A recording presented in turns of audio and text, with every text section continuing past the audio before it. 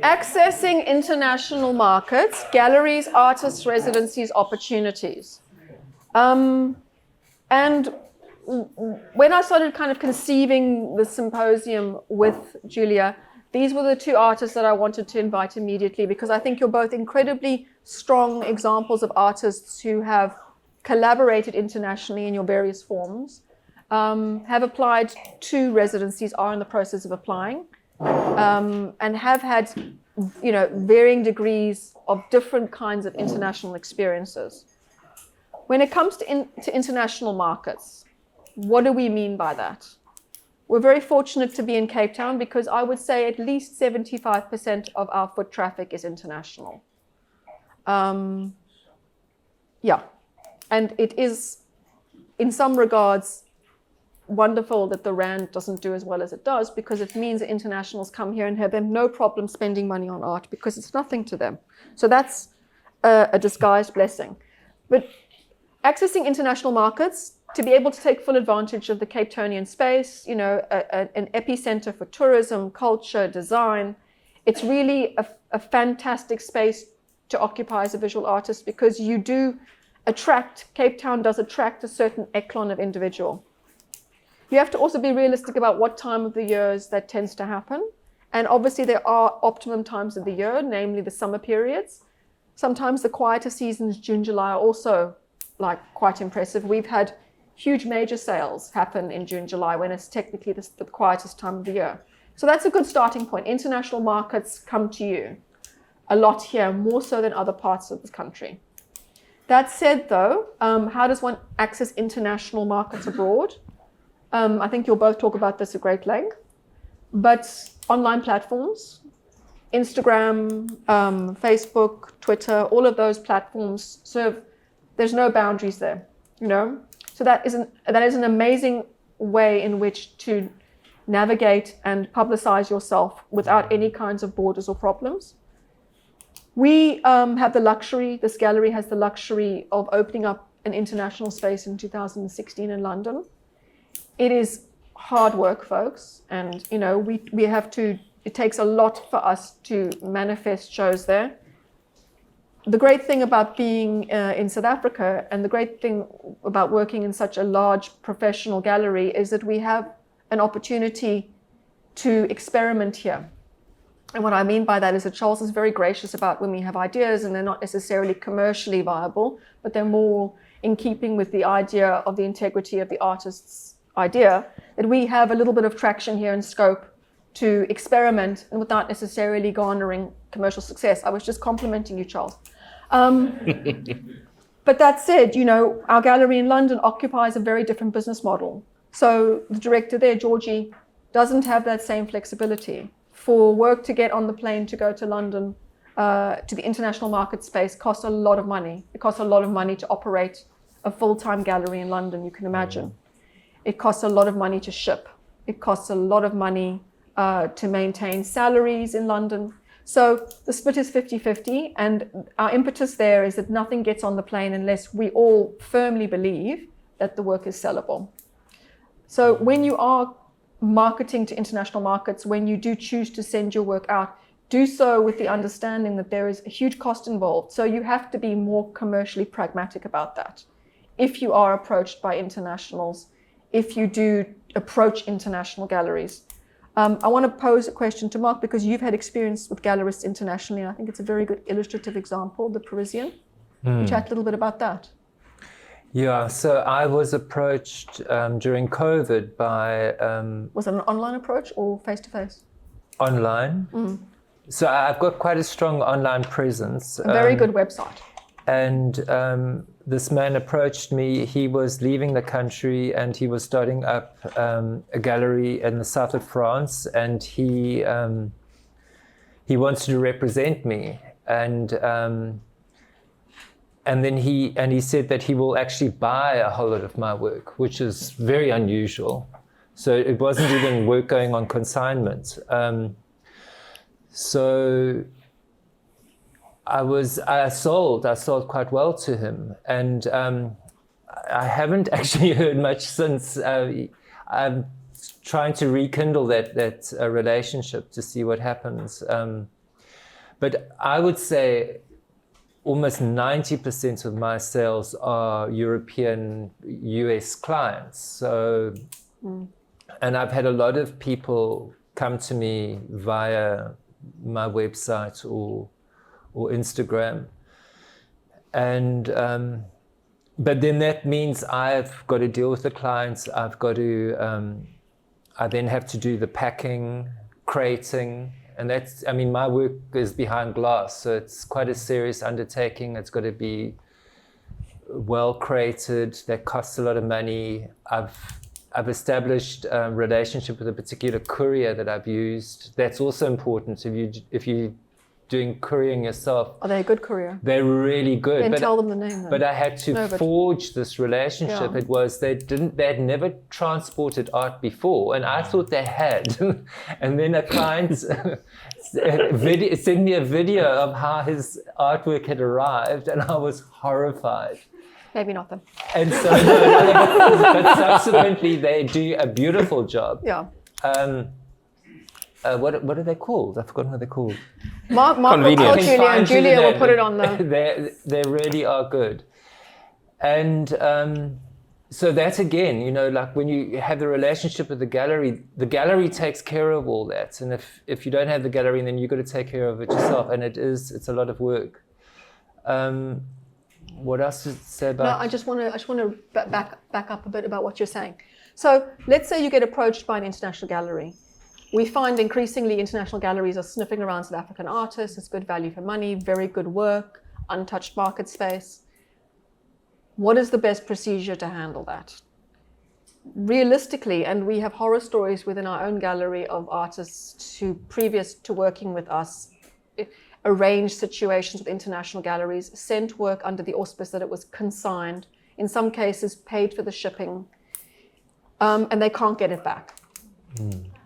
Now, that's the worst case scenario. You know, a gallery approaches you, they're in Europe or Australia or America, and they're like, we love your work, we want to represent you, you're going to be big, just send us your work, we'll consign it. First of all, use your network to establish if anybody you know has had experience with this gallery and what their experience has been. Understand that if you send something to another country, unless you have a means of retrieving it, you have basically written it off.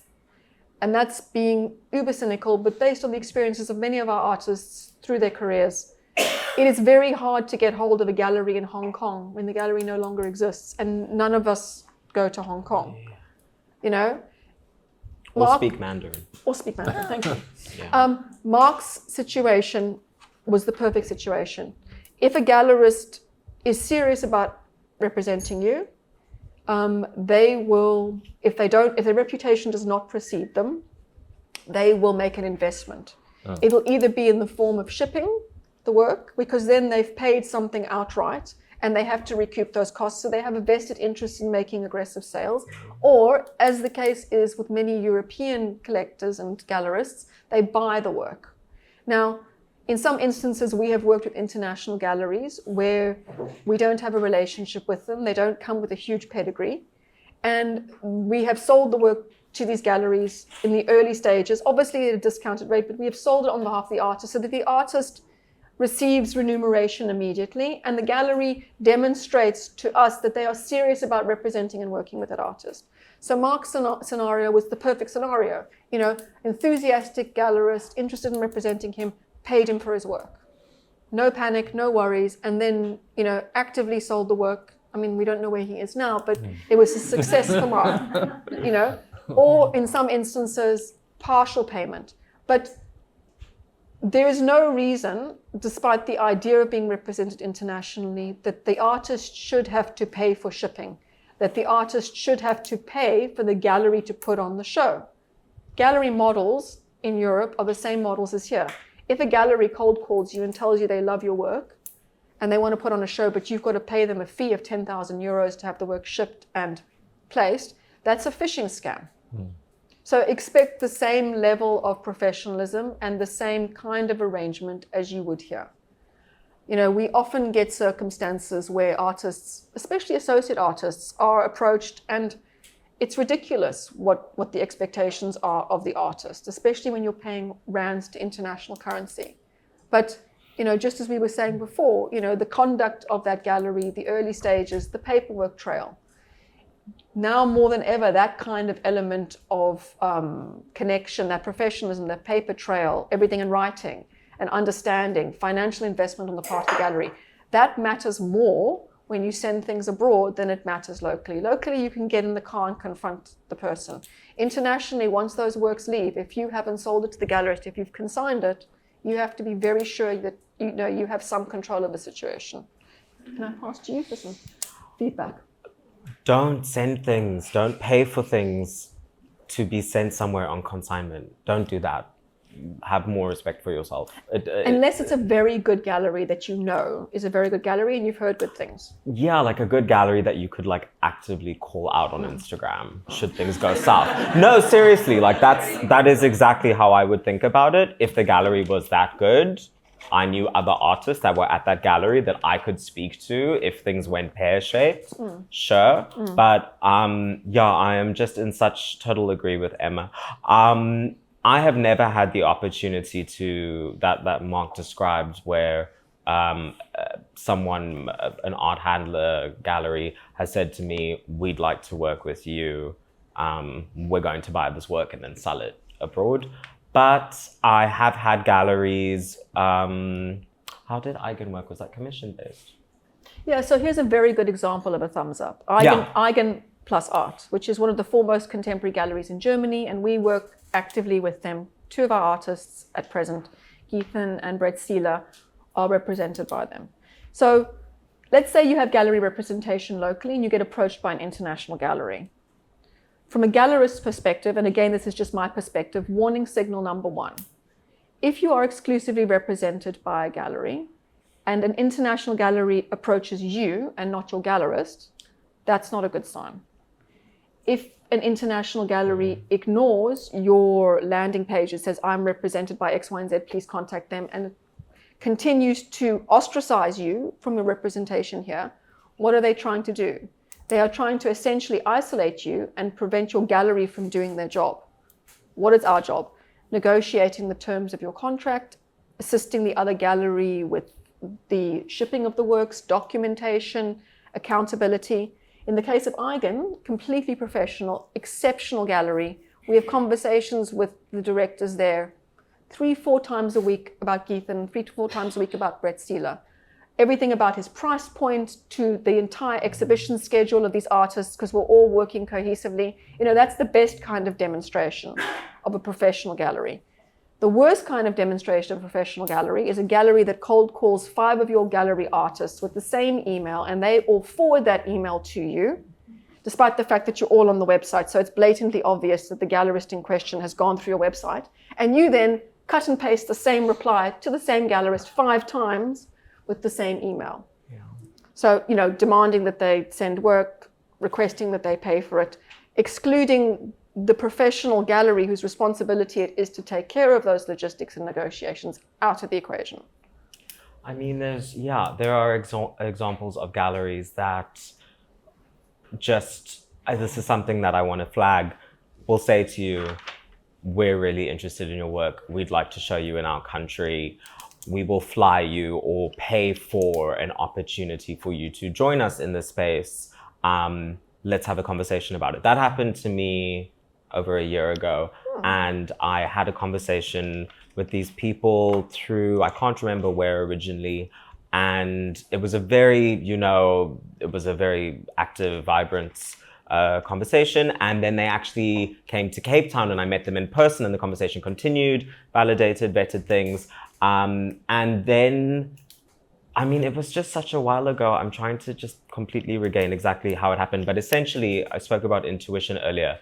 There were so many telltale signs of them stringing me along, wanting things that they had not initially requested, and also, not being able to promise the things that they initially had said they were going to deliver. And those are all signs for you to start very conveniently and at your own pace backing out of a situation, there is nothing wrong with deactivating a conversation when you know that you are being mistreated, or as an artist, you are not being respected or valued.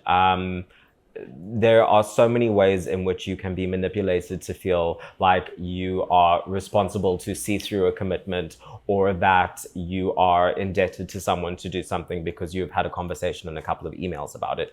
That's not the case. You will be bullied into feeling like those are realities, and they're not. They're not. And when you do have a gallery and you have a space that backs you and has your support, you will be very hopefully lucky to also have them guide you and lead you in saying, this is outright not, a healthy situation, relationship.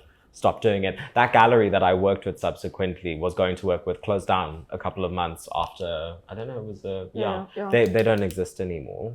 So it just goes to show you. Sorry? The story. What, that intervention. They fled to Mexico. No, we didn't. It's funny, but it's true. Okay, may I tell the intervention story? Oh, yeah. Oh, yes, please tell the intervention story. So, early stages with Geethan, and Charles and myself had encountered this gallery whose name shall not be mentioned, because one of our artists had shown with them in Europe, had sold a few pieces of her work and had yet to receive the monies. Like, it had been months. And our London gallery, on behalf of the artist, was fighting tooth and nail to get back what hadn't been sold and to get her remunerated for these sales. And they were like, no speaking English. Okay? So we're chatting away, and there's a lot of transparency. We chat to all the artists about what they're doing. And Geethan was like, this particular gallery wants to take all of my works, and I'm not sure. I'm under a lot of time pressure, and Eigen wants something. And I was like, and Charles actually came to me and said, look, we have a responsibility to say something to Geethan. He's about to send work off. Thank God he did. Yeah. That body of work I made, I ended up sending to Germany, and it all selling. It would have gone to, I don't know what would have happened. Well, it would have disappeared. We have a responsibility. This artist is about to send a body of work to a gallery who we know, based on 3 artists' feedback, one especially, doesn't pay, doesn't deliver, is unprofessional. Withholds work. And also, actually, we don't want this artist who we care about, it was very early stages, to encounter the circumstance with everything that was going to be leading up. So in an unusual set of circumstances, we sat you down and we warned him. We said, look, it's not our place to tell you what to do, but this is what we know. We're not, this isn't hearsay or innuendo. This is this artist's experience. This is this artist's experience. And we strongly recommend not sending the work. It was very, very comforting to have someone actively, instigate this feeling of, taking care of you, or just positioning themselves to have an interest in you in some capacity that is beyond them naturally, or just, conveniently gaining something. Again, I'm going to say it again, trust your instincts. Yeah. When someone demonstrates something authentically and it feels good to you, play into that. Play into that. So this is like the ideal scenario. Obviously, you're represented by a gallery and you have someone looking over your shoulder. What do you do if you don't have gallery representation? What do you do if you get an obscure email in the middle of the night from a gallery that's international and you don't know who they are? How do you respond to that? You use your network, first and foremost. You cast your net wide and you ask anyone in the industry that you know, have you heard of this gallery? Do you know who they are? What is their reputation? And hopefully somebody's had some kind of experience to reinforce how you feel about it. Look for the pitfalls. Are they asking you to pay for everything? Are they expecting everything and giving you nothing? Look at the consignment agreement. What are you responsible for in euros or dollars? How long do they want to keep the artwork should it not sell after the exhibition period? That's a big one. Yeah, so this is if galleries approach you, and increasingly galleries are coming to this continent. They are cold calling. They're literally looking at websites. They're looking at artist stables. They're looking at group shows, and they're plucking all of the artists from those, and they're casting their net to see who's interested. How do you approach international galleries? It is harder to cold call. I mean, we spoke at a great length at the start of this about professionalism and approaching galleries and getting onto group shows. It's harder to do that with internationals. 99% of the time, if you were to send your CV and portfolio to a gallery email internationally, they wouldn't even open it. Yeah. So what do? Online presence, social media presence, exhibitions that have some kind of exposure, in terms of like maybe there's a group show with internationals in it, or it's at a time when international galleries are here, like maybe during Cape Town Art Fair time. Or, and this leads on to the next topic, residencies. How do you get onto residencies? It's a really, really invested procedure. He's plucking because he's busy doing them now. Yeah. Take the time to research carefully the residencies that you want to apply to. There is no point applying to every single residency that you click on. It's not a flippant gesture. It's not spinning a globe and going, it's really not. See if there are residencies where your practice is directly correlating with it. There's no point applying for a residency that uses llama mohair if you do not work with llama mohair. You will not learn soon enough. But if you do work with mohair, that is perfect for you. Understand that not every residency is all paid for. And unfortunately, that is first prize, but everybody and their sister's going to want to be on those residencies. They're incredibly competitive as well. The ones worth applying for are incredibly competitive. Look on the art residency websites. There's artist deadlines, there's Residency Inc., there's all manner of things. There's also the Vansa used to do things, Bubblegum does. Vansa's very good locally. Vansa is fantastic for job opportunities, for residency opportunities. Totally. I think that and sometimes Arthrop puts stuff up. So they're a good resource. Understand what the animal is for residency.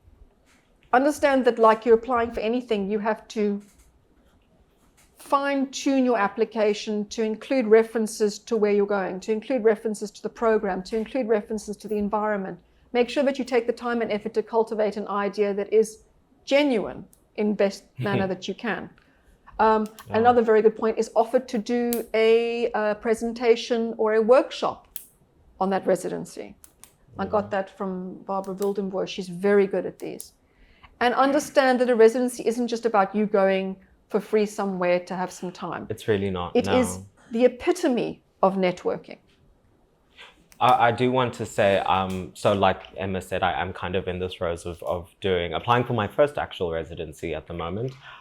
And it is so wonderful, but also crazy. You really do not know yourself in terms of having a career. You do not know yourself until you have applied for an artist residency abroad. And I really would suggest that as a starting point for someone that is, setting their, casting their net in those directions, to do that. Find a residency that you think, as a starting point, that you think is feasible, that you think you are at, grips with in your career. And even if it's not the right time of the year, that's fab, actually. Start doing the application. Apply for something in theory and look at yourself on paper and be very honest about what you can say you have.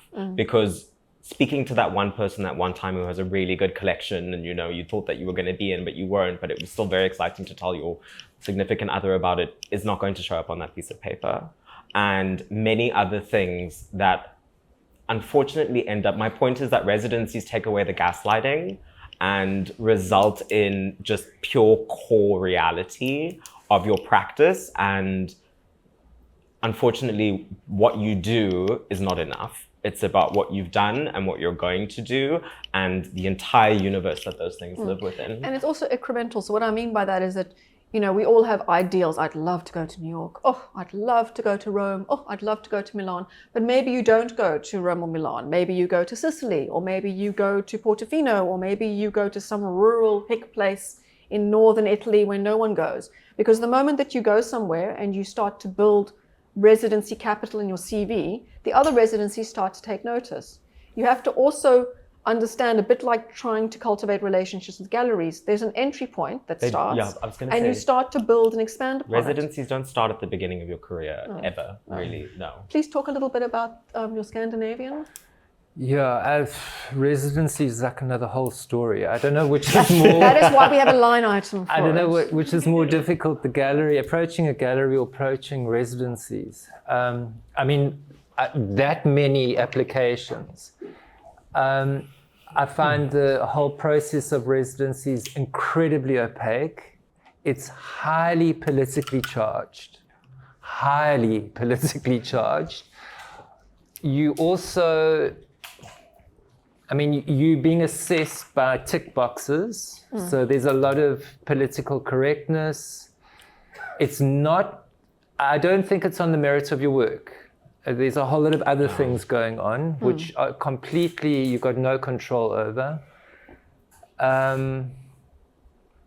And yeah, I agree with you. The actual going through the process of applying is an interesting process. And I do agree. I think I recommend it. You learn a lot about yourself and you learn a lot about your practice through it. So I was very fortunate to I had 2 residencies during COVID. The day we went into lockdown, I had a flight to Scandinavia. And so that residency didn't happen in actuality or in physicality, it happened online. So get your head around how you got the residency to Scandinavia. So that, yeah, this was also very lucky. I applied for a residency in Sweden, and their policy was they went through some kind of elimination process, and their policy was to go and meet the applicants. They actually, it took them 4 years to meet all. I mean, that's very Scandinavian. It's thorough, very thorough. Which is, I mean, you can't get something better than that. That's the same as like a European gallery buying your work. It's so funny. So they came to meet me, and it was such a beautiful process because they came to my studio, they met, we had a wonderful conversation. And I wasn't awarded that residency, but on the strength of that meeting, the one curator she really loved my work. And on the strength of that, she then proceeded to construct another residency, which she invited me. And that was the one that I was supposed to go to at the beginning of COVID, So that one went online, and that was an interesting experience in itself. And then when the COVID story started lifting, she was involved in another residency, and then she invited me as the invited artist to be part of that, and that was in August and September. And that was an incredible experience. And that really was, it was completely process-based. We were working as a collective. There were 5 artists altogether, and we didn't have to produce anything. So it's like, it's fine that you don't produce anything. And she was actually pulling the reins on us the whole time, like, slow down, you're going too fast. And an incredibly, I feel very blessed and lucky to have been given that opportunity. It was amazing. And also just to be outside of South Africa for a while, to be with other artists it's such a gift, an absolute gift. And now I've just recently applied for another residency in Finland. And they specifically state this is not about networking, and it's not about producing anything. It's like, and the way I take it is I'm so consumed with making work, and it's got to be desirable, and it's got to be sellable, and there's so much pressure to be given an opportunity of, say, 2-3 months where I can actually explore my practice, where there isn't that pressure of having to perform, that is such a gift. And I think all artists need that. We need that as part of our practice. I need to make work that's going to sell, that's also going to pay for my rent, but I also need to be making work that is experimental and is taking me on new journeys. Because if I don't do that, my work isn't going to be fresh. I've got to keep on informing my practice. So I see these residencies as, they really are necessary to keep blood flowing through our practices. And we're very lucky that we can access them. But as I say, it's not easy. And clearly in the most developed countries, they have got the financing, they've got the grants, they've got the funds to be able to do that. I mean, we don't have those kind of notions here in South Africa, but these developed countries do. So yeah, I do recommend that you apply for them. And also just my approach is I apply, I give it my all, and that takes like 2 weeks. It takes 2 weeks to go through all of that at least. It's a lot of writing. And then I just give it away. I just pretend that I haven't even applied. So I'm not I'm not sitting there with any expectation, and I'm also not setting up for any disappointment. I think just to clarify what we mean by networking. I mean, obviously there's the generic term, but I'll give you 2 illustrative examples. So a very recent one, Swain Hogevos, one of our gallery artists, applied to Cité in Paris, which I'm sure you all know, and he's applied numerous years. And last year he got in, and we were all absolutely thrilled for him. And he went off January, February, which wasn't the sexiest time of the year, but as Geethan says, it's not about the time of the year. He went, he had the most amazing time, blew his mind, met lots of interesting other artists, came back to South Africa. What did he do? He decided that he wanted to work with those artists in an exhibition here. So unbeknownst to those artists, put a proposal together and applied to the AVA, which I'm sure you all know is the NGO where you can make applications with all of these artists, with a proposal to do a group exhibition specifically about the kind of threads that link them all together across the world. And he got accepted. Then he reached out to the artists and said, by the way, I've done this. And he made it work. He managed to get a few of them to fly out. Some of them sent work with these 2 artists. But what happened there? An opportunity, multiple applications he received, that he took full advantage of the situation, did a couple of pop-up shows in Paris, came back, and then decided, I'm going to take the network that I've established with other artists who have access to funding, access to institutions, and I'm going to put something together there, and I'm going to find a resource here and do it. Now what happens after this? Now they, in turn, are going to go to their different countries and see if they can carry on this thread that's been constructed. So that's one example of a residency paying dividends. Another pragmatic example, we have worked actively with Centro de Saro, which is a NGO called ARP Centro de Saro, Luigi Centro de Saro in Rome. Alexandra and Claudio have a video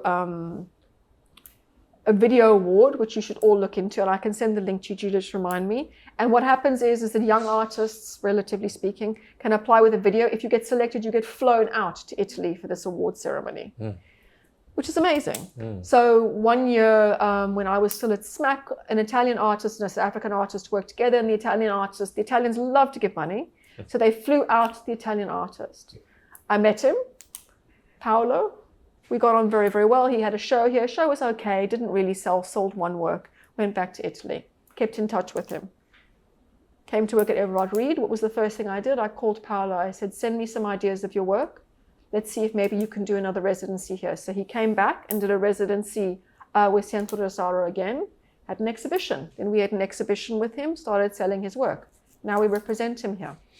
That all came about by virtue of the residency. The connections that you can make with other artists, with curators, with circumstances, do pay dividends, but you've just got to get yourself to that point. And I think you've both said this, the most important thing is to take the time and effort to do the proposal properly and be prepared to do multiple proposals with 1 or 2 being accepted. Have we got any questions about this section? I wanted to ask, so like basically, I like to art galleries almost operate almost as like a model agency. Like a model agency? I love this metaphor. Well, you know, like we have a rider that all of our artists must be incredibly good looking and glamorous, but yes. Is that what you mean? No, like model agencies have they have a you have a face card, there are stats about you, you can look at a portfolio of work, you can... Look, yeah, well,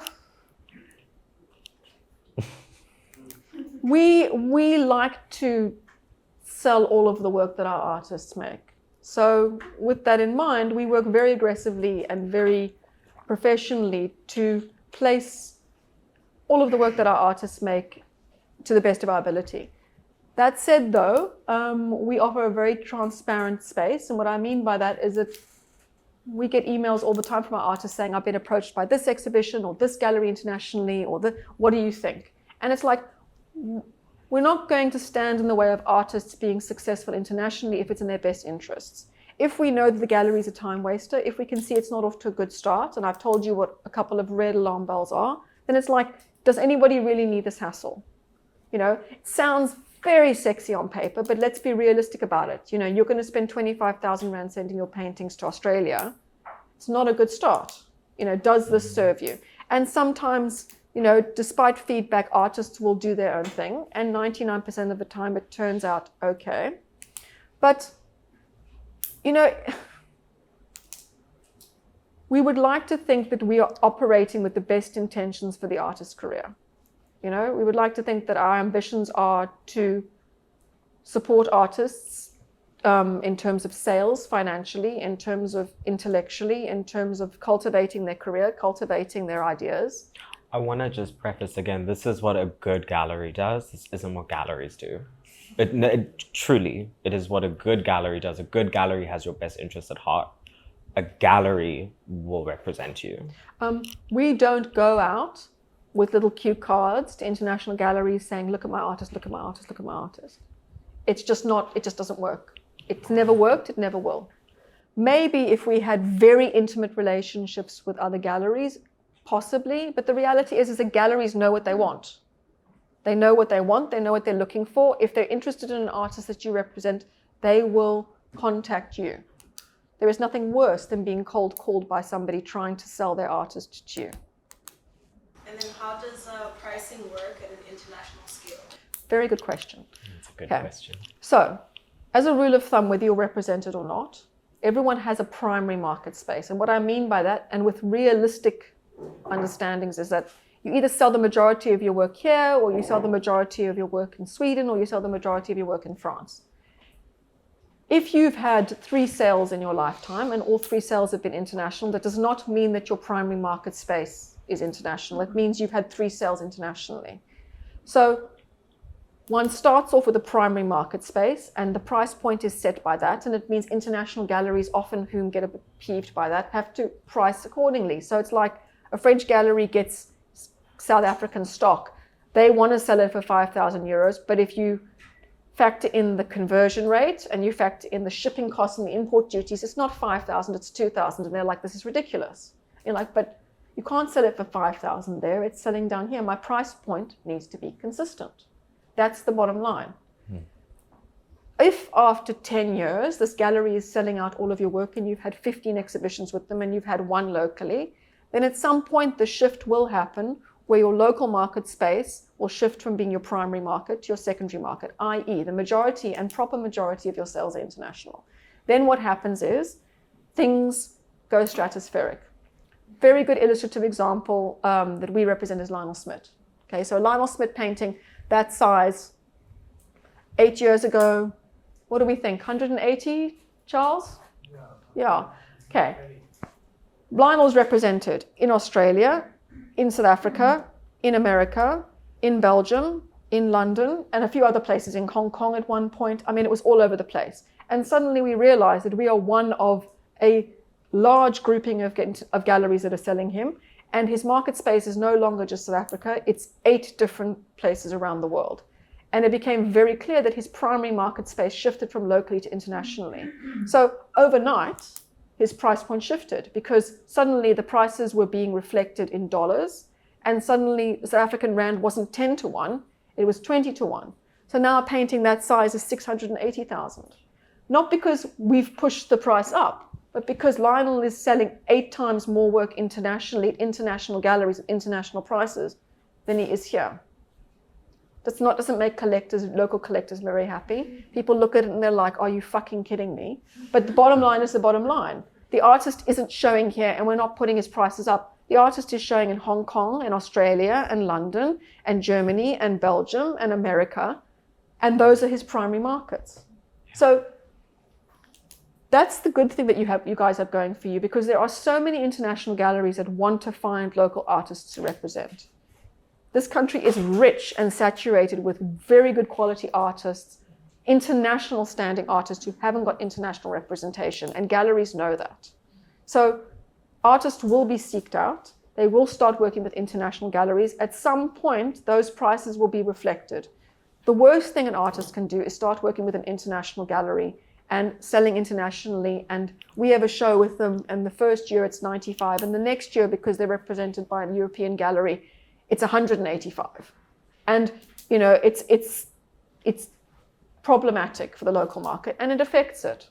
So if you do choose to shift your price point based on international sales, It's not because you've had one show somewhere or you've sold 5 works on Artsy. It's because you can seriously manifest international sales enough to sustain yourself, and your market space changing locally, your price point shooting up because you're pricing in dollars, won't shut down your ability to take care of yourself. Does that make sense? Sorry, I'm just going to interject quickly. We've got 20 minutes. Okay, I don't know so we need to tackle the next point. And then, Okay, no problem. And then we can end at 8, and then if everyone wants to stay for questions. Okay. Those are- Building a collector base, cultivating collector relationships, and lifetime customer retention. That last sentence is mine. What does that mean? Okay. Collecting art is a very intimate process, as I'm sure you all know. Collecting art for a lot of collectors is a very heartfelt, genuine, sensitive endeavor. And sometimes collectors will be very confident in that regard, and sometimes less so. As a gallery, ideally what we want to do is cultivate a relationship that isn't just about buying one painting and then leaving, but we want to establish a relationship from their infancy of collecting. And what I mean by that is they stumble into a gallery for the first time. They buy one painting, maybe it's 12,000 Rand or 5,000 Rand. It's a big deal, it's a big painting, it's a huge decision. They go home, they put it up, and they start to, blossom into a more kind of confident collector. And as time passes, you develop a relationship with them, a very personal relationship, because I'm sure you guys will vouch for it. Collecting art is a very intimate process. And often collectors will gravitate to certain tribes of galleries. So we have collectors that have worked with this gallery for 20 years in Cape Town. I have collectors that I've worked with for 15, 16 years. I have one collector, this is my favorite story. First work he bought from me was for 65,000. The last one was for 5.5 million. And that didn't happen overnight. That was over 15 years. And that was a long cultivation of relationship. That was a relationship where we discussed these artists and this bodies of work and other artists in other galleries. So how do you cultivate the relationship? It is a relationship in the most intimate sense of the word.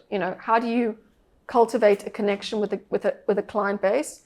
You update people regularly. You cultivate database mails. You cultivate friendships with people in that you take the time and effort to update people who've invested in your work.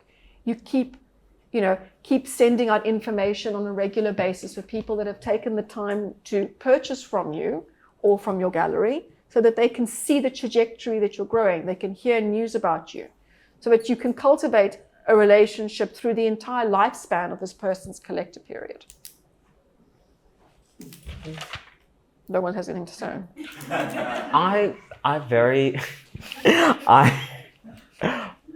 I very seldom meet people who have purchased my work. And often when I do, it's like a surprise, because I know there's an ideal of the person that I want to be buying my work. That person doesn't exist. And it's very often actually a very polarized opposite side of the spectrum kind of person that is actually investing in you.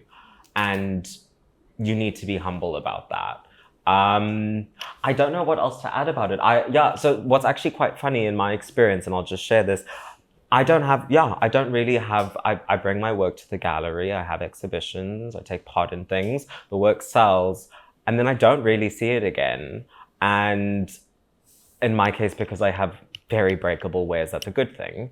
And in the case of not really knowing where work ends up, the gallery facilitates the role of knowing who is stockpiling what and where things are gaining attraction and where there is a particular interest in something buzzing. And they are responsible for that. They maintain that relationship for me. Yeah. Mailing lists are important. Getting people's information is important. Sending out regular updates is important. Not to the point of anality where you're doing one once a week, but you want people to be excited who've invested in your work. You want people to be excited about what you're doing. You want people to know what's going on. You want to encourage your collectors to see the development, to consider expanding upon what they already have of yours. So it's cultivating a friendship. You don't have to, have them round for tea all the time and bond with them, but you do want to kind of keep the thread going.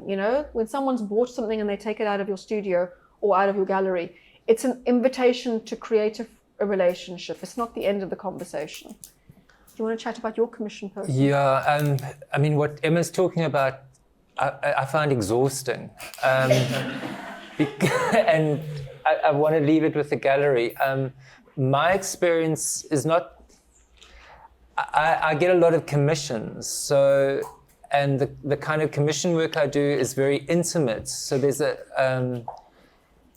it's very intimate. I mean, I'm working with clients' material, actual material. I'm working with their stuff. And that can, I mean, there's something really beautiful about the intimacy and the relationship and the trust that's given to me working with the material. But it can also get a bit much. Sometimes I find people have bought my work, they almost feel like they bought something of me, like they own me in some way, and it's, hang on.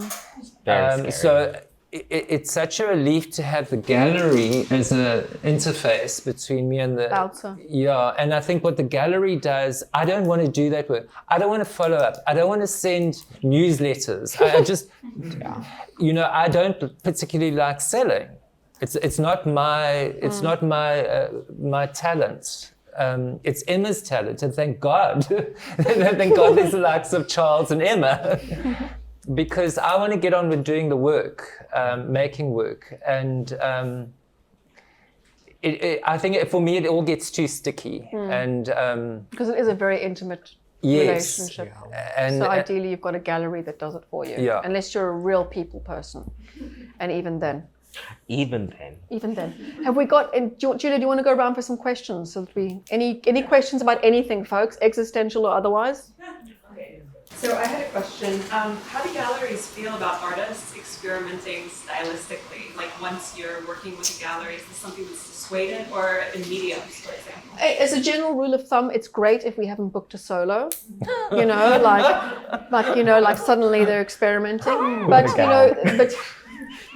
But the reality is that if you have a fluid, transparent, week-to-week conversation, you can build that kind of body of work with the artist. These are very intimate relationships. So I'm speaking to all of the artists that we work with, 99% of them, a lot. In some cases every day. And that's okay. That's what our responsibilities are. So you keep a very close eye on the progress of body of work.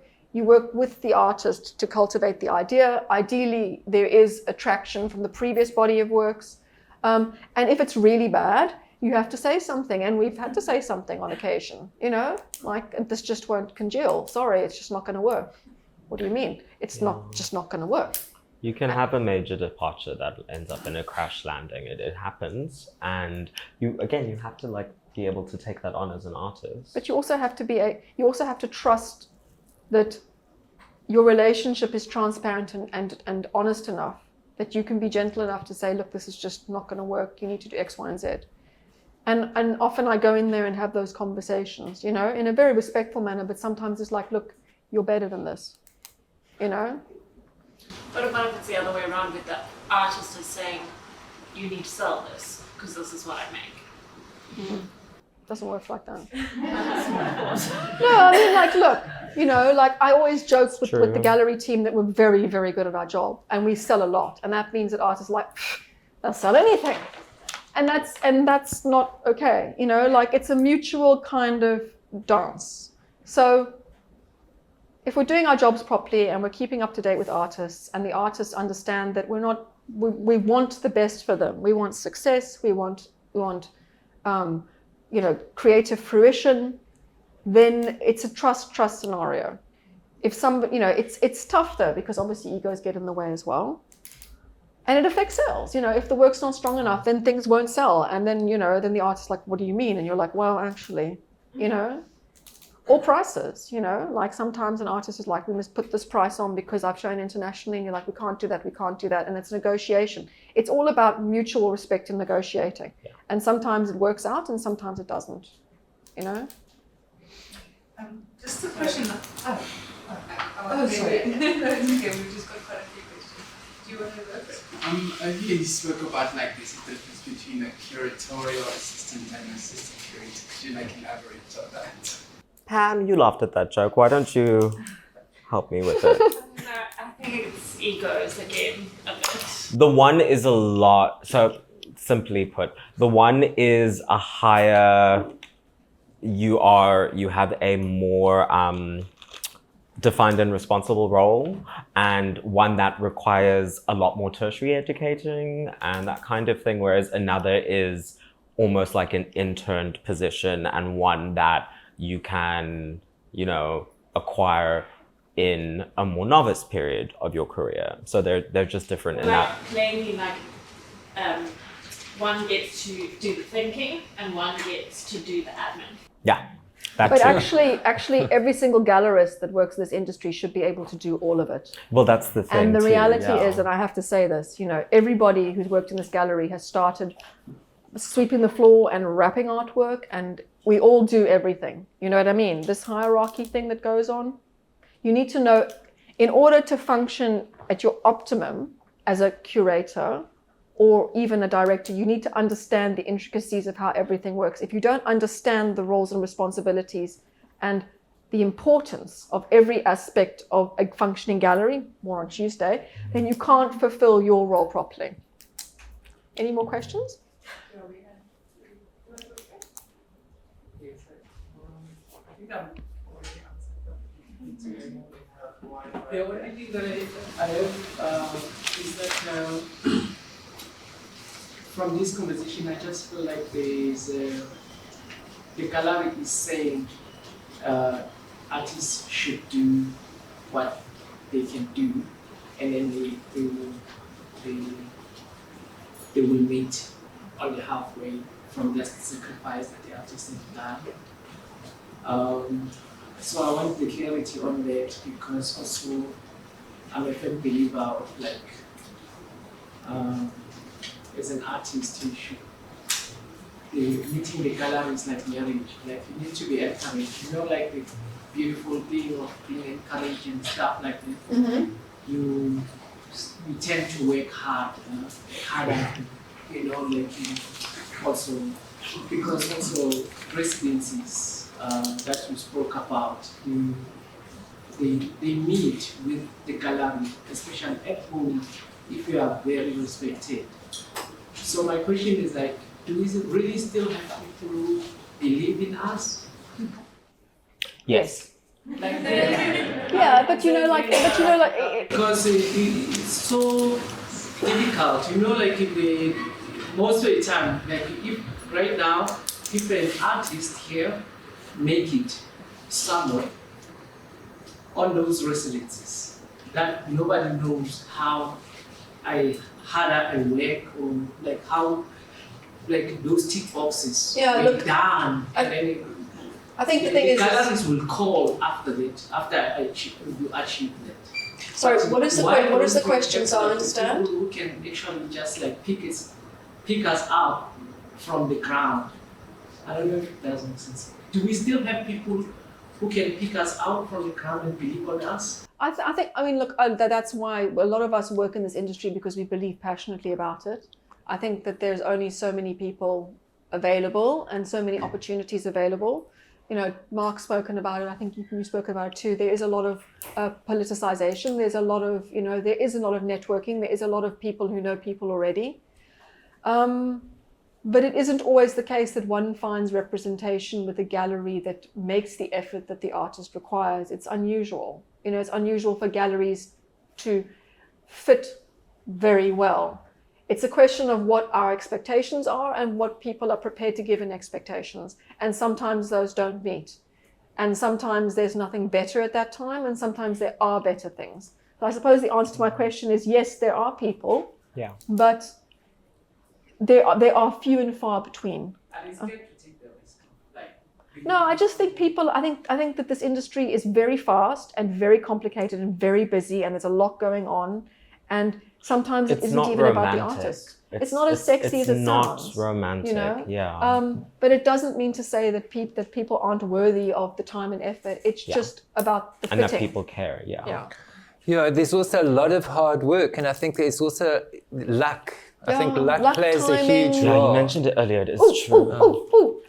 To the young gentleman with the glasses. Jesus. I just wanted to add something which I think is, as artists is important to know, is the combination of a unique voice, unique vision, technical excellence, you know, and a bit of attitude is, I mean, we have taken artists from who had never shown a work before in their lives to selling everything that they make. They can't make enough, from 0 to 100, and they still don't really have a CV because all they've ever done is shown with us. I mean, is that a CV? I don't know. People are responding to the work. Yeah. And I mean, it may sound lazy, but to some extent, But I'll also add, 99% of our work is done Yeah. by the time the work hits the wall because the work sells itself. it leads very nicely back to like my first opening statement, which is the right fit with the right kind of space, you know, the ethos and the energy of the space, you know, and good work. Talking about, sorry, I just want to make sure everyone gets a turn. Yes. Okay. We've got one of the You mentioned briefly about associated artists. What's the difference between an associated artist and a represented artist? Is there a natural progression to become an associated artist to a represented artist? There isn't necessarily a guarantee of that formality. So the difference is gallery artist is represented exclusively by us. We get first option on all their work. If somebody wants to buy a gallery artist, they come straight to the gallery. Ricky, Wayne, Liberty, Mark, Beezy, well, not Beezy, Brett, you know, it's like these artists are represented exclusively by us. We are known. If you want to buy this artist's work, you come straight to this gallery. Associate artist means that we carry their work. Ideally, we have first option on the best of their work. We actively sell, we actively place. They get just as much effort from me when they phone me or they email me. I'm not going to dismiss it because they're associate, but there's a less formal understanding. And there's less dependency, i.e. some artists are relying on us to sustain them full time. By handing over all of their work, they are putting all of their eggs in one art basket, so to speak. But associate artists don't necessarily have that same kind of dependency. Doesn't mean to say it's a better situation. It just means in those circumstances, if they've got to show somewhere else or they want to take work back because they want to, you know, it's a more sort of open relationship, so to speak.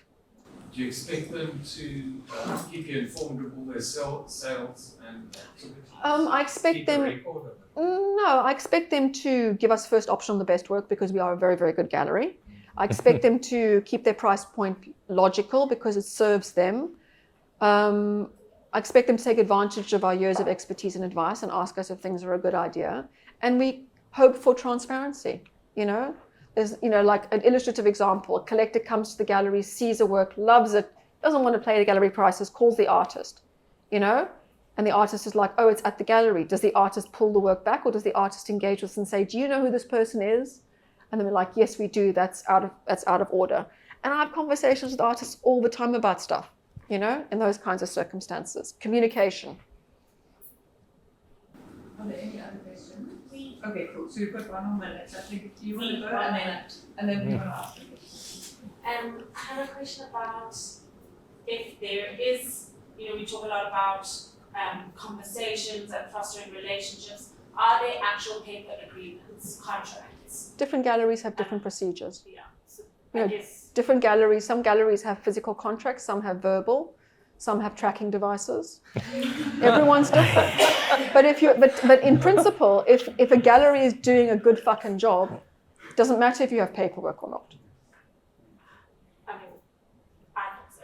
But Yeah, but I mean, like, you know, either a gallery, if a gallery can represent itself in a professional capacity, they receive work, they send you a consignment agreement about the work, they take it into stock, they insure it, they sell it, and in a timely fashion, they give you a statement about that, and they pay you, big one, folks, you know, in a timely fashion, then that's a professional gallery. But are there, like, you know, if there is money changing hands and all of those kind of things, surely there's documents that reflect those lengths of time and what is deliverable? Totally. We have an entire infrastructure of documents. You know, we have a whole paper trail of things coming into stock, going out of stock, time frames, where things have gone. The accounts department has whole spreadsheets that I can't understand. No one can understand them. Can you understand them? No, they're pretty clear. Yeah, explaining all of every single cent of where things have been spent and invoice numbers, and there's a whole intricate web of paperwork. Yeah. I must say though, on that note, I have heard many or know of many instances where very established artists with very prominent galleries have no paperwork to speak of, but are solely represented by that gallery, show at biennales internationally kind of gig. Everyone's different. Yeah, everyone's different. Yeah, I just want to ask about media. So it's more like a general statement. Like I'm a ceramicist and I'm delving in painting, and I just find, you go to exhibitions and the painting works are always exorbitant, and that person, and sometimes it's something that you oh my gosh, they did it like so quick, and the Olympics inventory, some amazing ceramic pieces that they get nothing for it. That's people's perception of like what is art and what is valued as art. And it's just like, where's your thought on that? I think I sometimes think it's unfair on. Well, I try not to think too much, but at certain levels, because I think it's to do with the artist's history, their price point. I think that sometimes paintings look like they've taken 5 minutes, but it's taken 45 years of training. A reputable establishment will be able to explain to you why something costs 75 and something costs 7.5. We have vases by Lucinda Mudge that go for 75, 85, 95,000 rand. It didn't start that way. All of the artists in this room, we can explain to you exactly why their price point is where it is. It's trackable, and in some instances, paintings are more affordable than ceramics. I think it just depends. A Hilton nail plate costs 100,000 rand, a ceramic plate. It just depends. If you're lucky, a Hilton nail plate costs 100,000 rand. So it just depends on the context. One more question. Oh no, we have to talk about self-care and looking after yourself. We have just very quickly, because this is actually important. We were going to talk about wellness and self-care. I'm laughing because it's my point. I put it there. But it's a nice way to finish, and mental health. So as a gallerist, I will say that working in this industry is exhausting. You burn yourself to a tempura crisp. In fact, most gallerists that I know are burnt out with adrenal fatigue. So one underestimates the relentlessness of this industry and how important it is to party hard, but eat well and take care of yourself. And, we are incredibly strong proponents about people having balanced lifestyles, and being creatives as well. I think it's important that we discuss taking care and self-care and mental health. Yeah.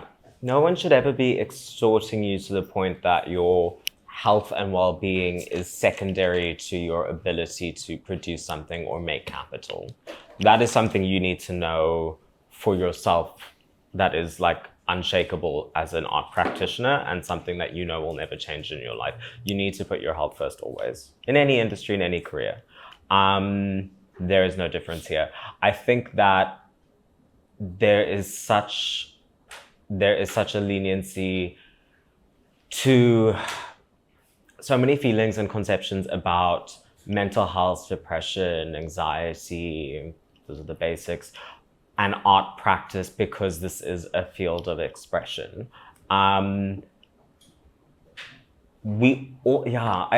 It's such a difficult one. I think for me, I put it down because I think that it's something that isn't always a reminder when we think about the gallery and the artist and the relationship that happens. And I think that I put it down because you need to be reminded by it, and your gallery needs to exist as a reminder for you that your health and your mental capacity is important and is of value, not only to them, but to you primarily. To work with a gallery that doesn't consider those things is to be in a flawed relationship. I think that it's like, I'm a millennial. It's very good to put on. Like, you can never not remember. No, it's important. Like your sense of well-being and health. And this is work that will make you very stressed and very hard on yourself. I can tell you, first and foremost, every time I have a big exhibition, I actively go into a very, very withdrawn depression, because I've learned it now after doing more than one body of work. My body feels like I've given a lot out, and I just don't feel like there's a very very anticlimactic. This is my personal experience, a very anticlimactic, undulating feeling, and I get very sad. And I crash very, very hard. And then I come back into myself and I carry on with things. And thankfully, I am with a space that knows, understands, and respects that process and works with me through it. Yeah. Anything to add? Yeah, well, I'm not going to have a relationship with a gallery if I'm not taking care of myself. There won't be a need to. Yeah. And also, the art making is about 30% of the job. It's actually quite an unglamorous career. It's not just about going into the studio and doing wild work. That's very small. There's so much admin. There's so much, and yeah, I think that took me by surprise. Yeah.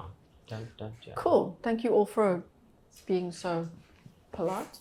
Can we give our speakers a round of applause?